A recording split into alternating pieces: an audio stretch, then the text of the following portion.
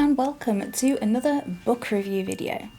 Today we're doing something a little bit different because this is a book that is a novelisation of the film, and that book is For a Few Dollars More. And if you haven't heard of it, it's a spaghetti western starring Clint Eastwood and Cleef. Now, I love the film. I've watched it a number of times, of the spaghetti westerns like The Good, the Bad and the Ugly and A Fistful of Dollars and For a Few Dollars More. This one is more my favourite, and that's mainly, I think, because of the music. I like the music of the pocket watches and how they are brought into the story throughout, and then the switcheroo right at the end. I love it. Now, naturally, I assumed that once I found out that this was in book form, that the book came out before the films, and the films were an interpretation of the book.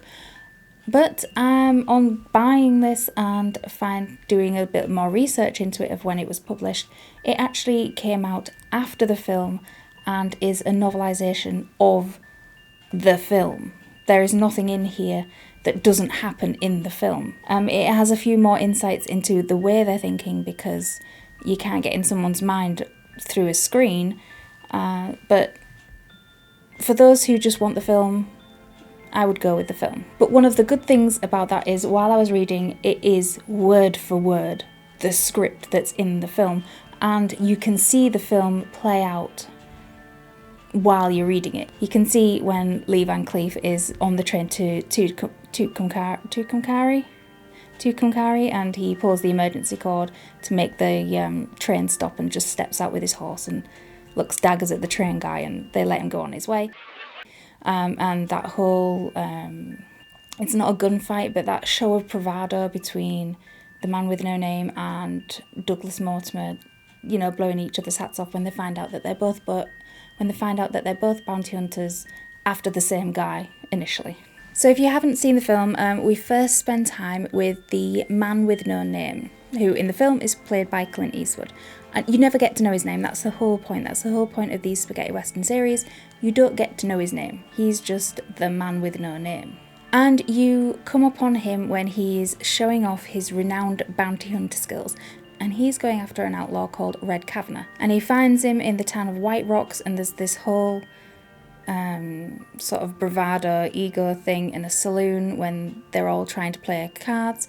He doesn't realise that he's a bounty hunter, and there's a big shootout, and, you know, his quick draw skills take down like 3 guys at once, and that's the introduction to that character in this book and film. This is not a deep dive into the film, I promise. I don't have enough skill for that. But we get that in the book, and it's the main introduction. And secondly, we spend time with the other bounty hunter of this book, Colonel Douglas Mortimer, who in the film is played by Lee Van Cleef. And he is, as the name would suggest, a retired army colonel turned bounty hunter.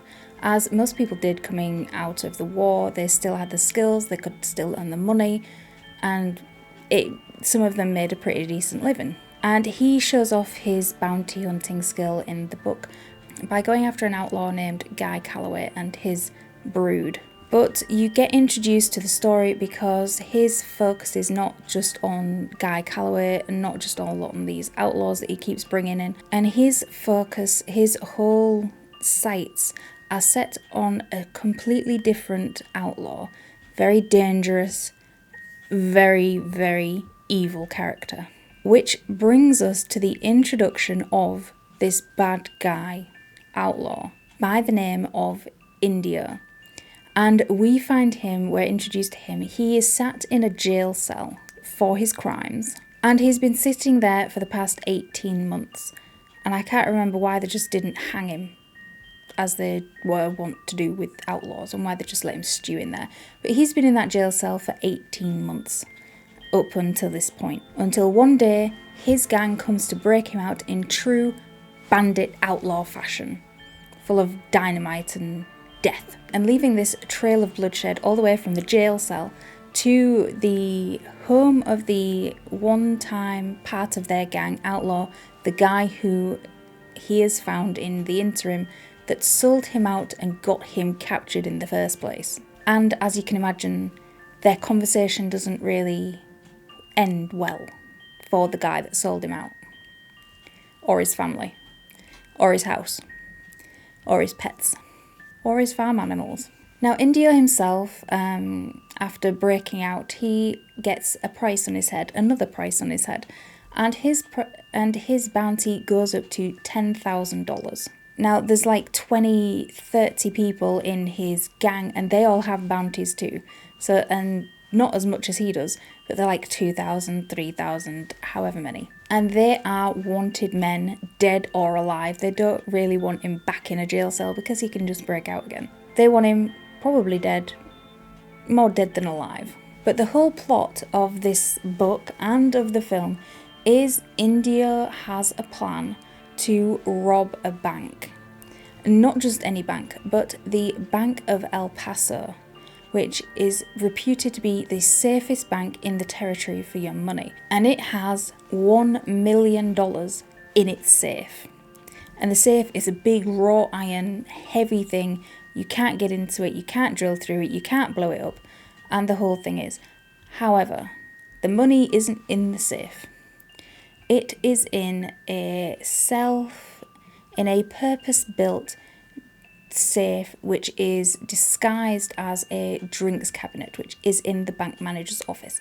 And the only reason that Indio knows this is because his jail cell partner is the guy who built it. And of course he doesn't survive the breakout either. And not only does Indio have a plan, he has the madness to see it through, he has the men that will follow him, and he has the I don't give a fuck attitude to just get away with it and kill any who stand in his way. So the man with no name, he is after Indio purely because of the price on his head and the price on the head of the men of his gang. He wants to get rich. Colonel Mortimer, however, has a different reason for gunning for Indio, literally. Which, if you haven't seen the film, although I think it's revealed quite sort of early on, the reason why Mortimer wants Indio, you get the reveal at the end. No, so I won't go into that. You'll get the reveal at the end. But it's to do with the watches. He doesn't want the money.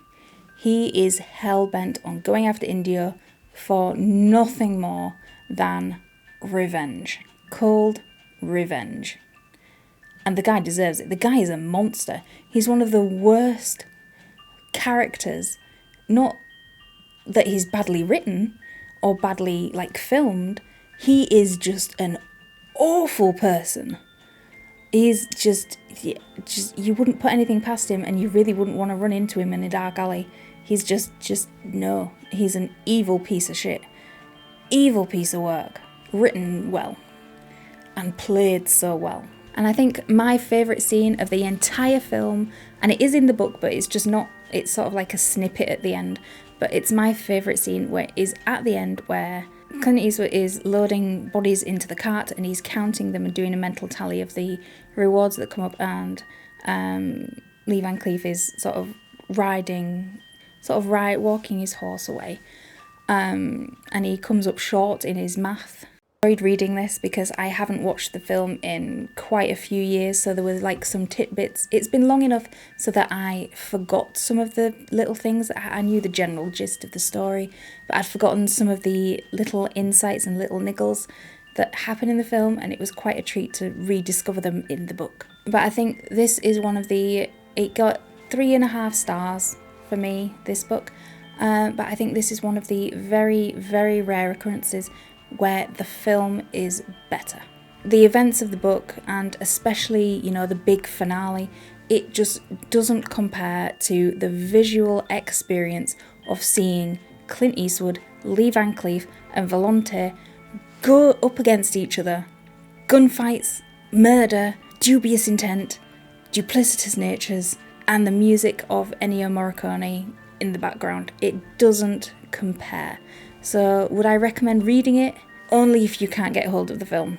Or if you're a fan of the film to sort of reacquaint yourself with what's happened in it. But I would rather watch the film than read the book. But if you've read the book and If you've seen the film, please let me know what you thought of it down in the comment section below, and don't forget to subscribe to my channel for all the videos coming out, you'll get notified. And as always, keep